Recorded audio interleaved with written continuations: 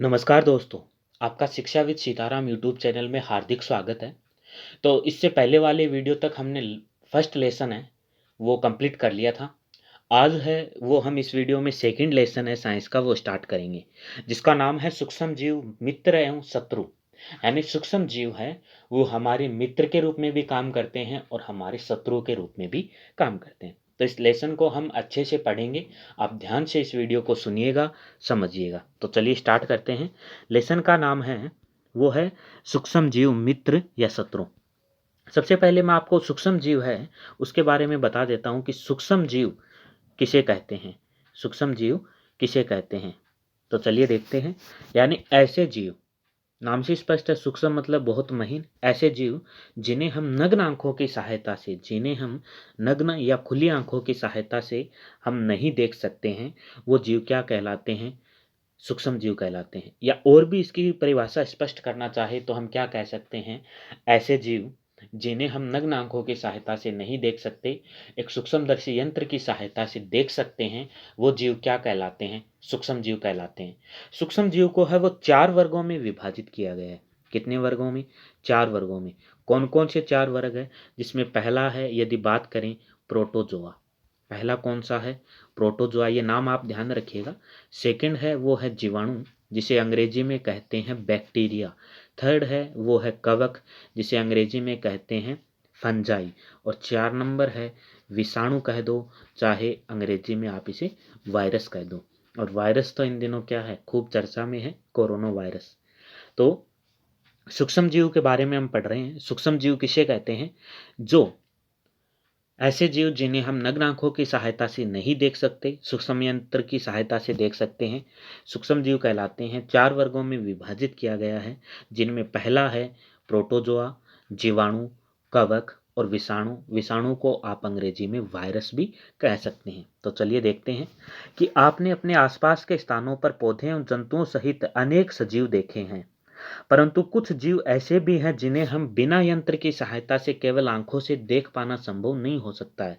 यानी जिन्हें केवल आंखों से नहीं देख सकते, इन्हें सूक्ष्म जीव कहलाते हैं। यानी जैसे कोविड-19 है, हम इसे नॉर्मली नहीं देख सकते, लेकिन सूक्ष्मदर्शी यंत्र की सहायता से देख सकते हैं। तो ये क्या है? ये एक सूक्ष्म जीव है जो इन दिनों है वो काफ़ी लोगों को परेशान कर रहा है।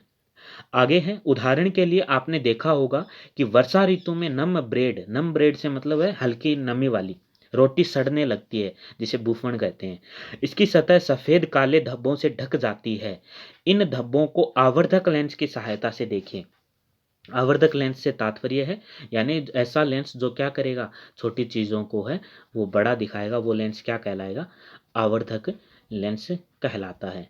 आगे है, देखिए आपको काले रंग की घोल सूक्ष्म संरचनाएं दिखाई देती है। क्या आप जानते हैं ये संरचनाएं हैं वो कहाँ से आई है? ये संरचनाएं कहाँ से आई है?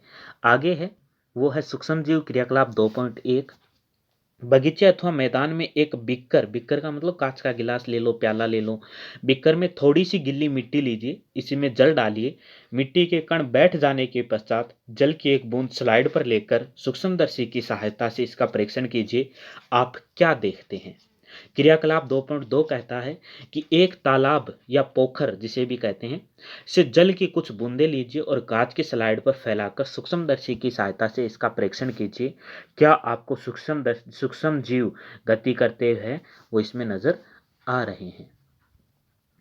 आगे है, इन प्रेक्षणों से पता चलता है कि मिट्टी और पानी में अनेक छोटे छोटे जीव उपस्थित होते हैं। सूक्ष्म जीव इतने छोटे होते हैं कि इन्हें बिना यंत्र की सहायता से नहीं देखा जा सकता। यंत्र कौन सा? सूक्ष्मदर्शी यंत्र कहलाता है, जिसे अंग्रेजी में माइक्रोस्कोप कहते हैं।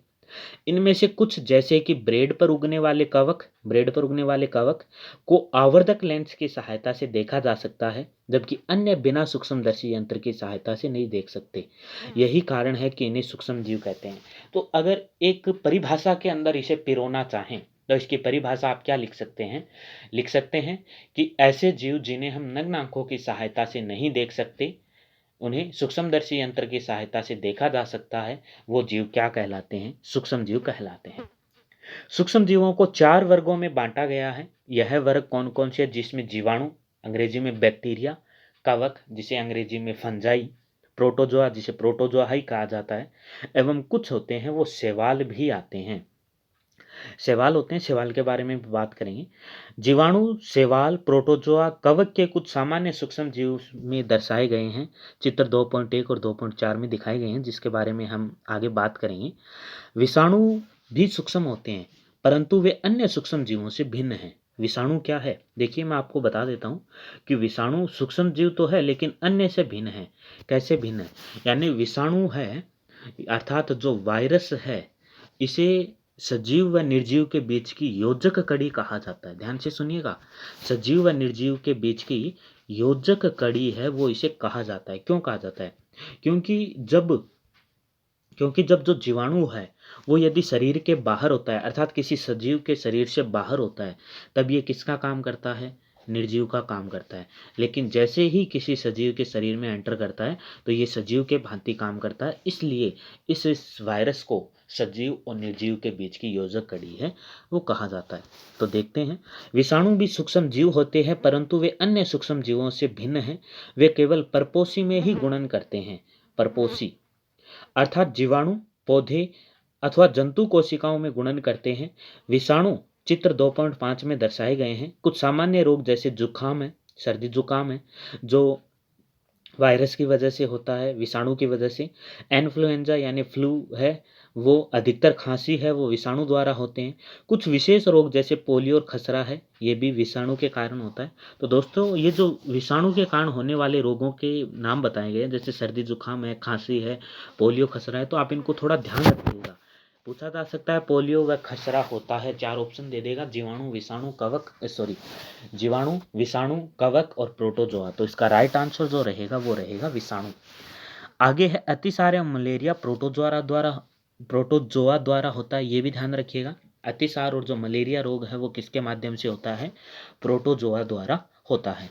आगे है टाइफाइड या क्षय रोग है, वो किसके द्वारा होते हैं? जीवाणु के द्वारा। तो ये दोस्तों वेरी वेरी इंपॉर्टेंट है, इसको मैं इंपॉर्टेंट में रख रहा हूँ, आप ध्यान से है वो इनको पढ़िएगा और ध्यान रखिएगा कि अतिसार रोग किसके अंदर आता है, मलेरिया किस में आता है, टाइफाइड किस में आता है, क्षय रोग किस में आता है।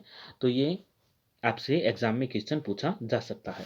इनमें से कुछ सूक्ष्म जीवों के विषय में आप कक्षा 6 और 7 में पढ़ चुके हैं, और कुछ के बारे में हम इस 8 में देखेंगे। देखो, जैसे ये डायग्राम है, ये किसका है? ये स्पाइरल जीवाणु का डायग्राम है। ये स्पाइरल जीवाणु का डायग्राम है। ये छड़नुमा जीवाणु है, ये छड़नुमा जीवाणु है। आगे है, जैसे ये देखते हैं, ये वाले रहे, ये प्रोटोजोआ के उदाहरण हैं, जिसमें क्लेमाइडोमोनास है, स्पाइरोगायरा है, अमीबा है और पैरामीशियम है। ये प्रोटोजोआ के उदाहरण हैं। उसके बाद नेक्स्ट है आगे, ये किसके हैं? ये आपके कवक के हैं, जिसमें राइजोपस है, पेनिसिलियम है और ये एस्परजिलस है। ये क्या है? कवक के उदाहरण हैं, वो दिए गए हैं। तो आपको इनके डायग्राम भी है वो बना के देखने हैं। इनके डायग्राम हैं वो आपको बनाकर देखने हैं। और ये जो डायग्राम दिया गया है, ये किसका है? ये विषाणु का है। ये विषाणु का चित्र है, ये वाला। तो ये डायग्राम आपको ट्राई 2-4 बार है वो ट्राई करनी है, एग्जाम के अंदर है वो आपसे पूछ सकते हैं। आगे है सूक्ष्म जीव कहाँ रहते हैं, इसके बारे में हम है वो बात करते हैं। सूक्ष्म जीव कहाँ रहते हैं? तो देखिएगा, सूक्ष्म जीव एक कोशिकीय हो सकते हैं। एक कोशिकीय से मतलब है जिनका शरीर है वो एक कोशिका से मिलकर बना है, वो एक कोशिकीय जीव है। जैसे अमीबा है, पैरामीशियम है, क्लेमाइडोमोनास है, एक कोशिकीय जीव। और हम लोग क्या हैं? बहुकोशिकीय जीव। तो सूक्ष्म जीवों का शरीर है वो एक कोशिकीय हो सकता है, जैसे जीवाणु है, कुछ शैवाल हैं, प्रोटोजोआ है, अथवा बहुकोशिकीय, जैसे कि कई शैवाल, कई कवक बहुकोशिकीय भी होते हैं। यह बर्फीली शीत में उष्ण यानी गर्म स्रोतों तक हर प्रकार की परिस्थिति में जीवित रहे हैं। यह मरुस्थल एवं दलदल में भी पाए जाते हैं। यह मनुष्य सहित सभी जंतुओं के शरीर के अंदर भी पाए जाते हैं। कुछ सूक्ष्म जीव दूसरे सजीवों पर आश्रित होते हैं, जबकि अन्य स्वतंत्र रूप से पाए जाते हैं। कुछ सूक्ष्म जीव ऐसे भी होते हैं दूसरे जीवों पर निर्भर होते हैं, जबकि कुछ होते हैं वो स्वतंत्र रूप से पाए जाते हैं। अमीबा जैसा सूक्ष्म जीव अकेले रह सकता है, जबकि कवक एवं जीवाणु समूह में रहते हैं। अमीबा है वो अकेले में रहता है। अमीबा क्या रहता है? अकेले में रहता है, जबकि कवक और जो जीवाणु है वो कैसे रहते हैं? समूह के अंदर रहते हैं। आगे देखते हैं सूक्ष्म जीव और हम। सूक्ष्म जीवों की हमारे जीवन में महत्वपूर्ण भूमिका है। ये लाभदायक भी होते हैं तो ये हानि भी हमें पहुंचाते हैं। सूक्ष्म जीवों की हमारे जीवन में महत्वपूर्ण भूमिका है। इनमें से कुछ हमारे लिए लाभदायक तथा कुछ अन्य हानिकारक जीवों तथा जीवों में रोग के कारक होते हैं। आइए हम विस्तार से इनका अध्ययन है वो करते हैं। तो इसके अंदर देखते हैं मित्रवत सूक्ष्म जीव, अर्थात जो हमें लाभ पहुंचाते हैं। सूक्ष्म जीव विभिन्न कार्यों में उपयोग किए जाते हैं। इनका उपयोग दही जमाने में, जैसे दही जमाने में आपको पता है कि दही के अंदर सूक्ष्मदर्शी में देखते हैं तो कीड़े से कीड़े नजर आते, कीड़े कीड़े नजर आते हैं, ऐसा हमने सुन रखा है। लेकिन असल में क्या है, वहाँ लैक्टोबैसिलस जीवाणु है। दही में कौन से जीवाणु पाए जाते हैं आप ध्यान रखिएगा, लैक्टोबैसिलस, लैक्टोबैसिलस जीवाणु है, उनके कारण दही को है वो जमाया जाता है। तो ये लैक्टोबैसिलस, ये जीवाणु क्या है, हमारे लिए लाभदायक है। तो कुछ जीवाणु हैं वो हमारे लिए लाभदायक भी होते हैं और कुछ हमें हानि भी पहुंचाते हैं। ब्रेड है, केक है, इनमें इनको बनाने में भी किसका उपयोग है, वो जीवाणुओं का उपयोग किया जाता है। प्राचीन काल से ही सूक्ष्म जीवों का उपयोग अल्कोहल बनाने में, यानी शराब बनाने में किया जाता रहा है। पर्यावरण को स्वच्छ रखने के लिए भी इनका उपयोग किया जाता है। उदाहरण के लिए कार्बनिक अवशिष्ट जैसे छिलके, सब्जी के छिलके वगैरह हैं, जंतु के अवशिष्ट हैं, तो ये जो सूक्ष्म जीव है वो ही इन्हें क्या करते हैं, नष्ट करते हैं। तो ये लाभदायक भी हो गई। का अपघटन जीवाणुओं द्वारा किया जाता है तथा हानि रहित पदार्थ बनते हैं। स्मरण कीजिए, जीवाणुओं का उपयोग औषधि उत्पादन एवं कृषि में मृदा की उर्वरता में वृद्धि करने में भी किया जाता है, जिससे नाइट्रोजन स्थिरीकरण है वो होता है। यानी जीवाणु जैसे राइजोबियम जीवाणु है, वो गुठिकाओं के रूप में हैं, वो पाए जाते हैं और वहाँ वो क्या करते हैं, नाइट्रोजन स्थिरीकरण का है काम करते हैं, जिससे मृदा में उर्वरता में वृद्धि होती है। तो नाइट्रोजन स्थिरीकरण में भी कुछ जीवाणु है वो महत्वपूर्ण भूमिका निभाते हैं।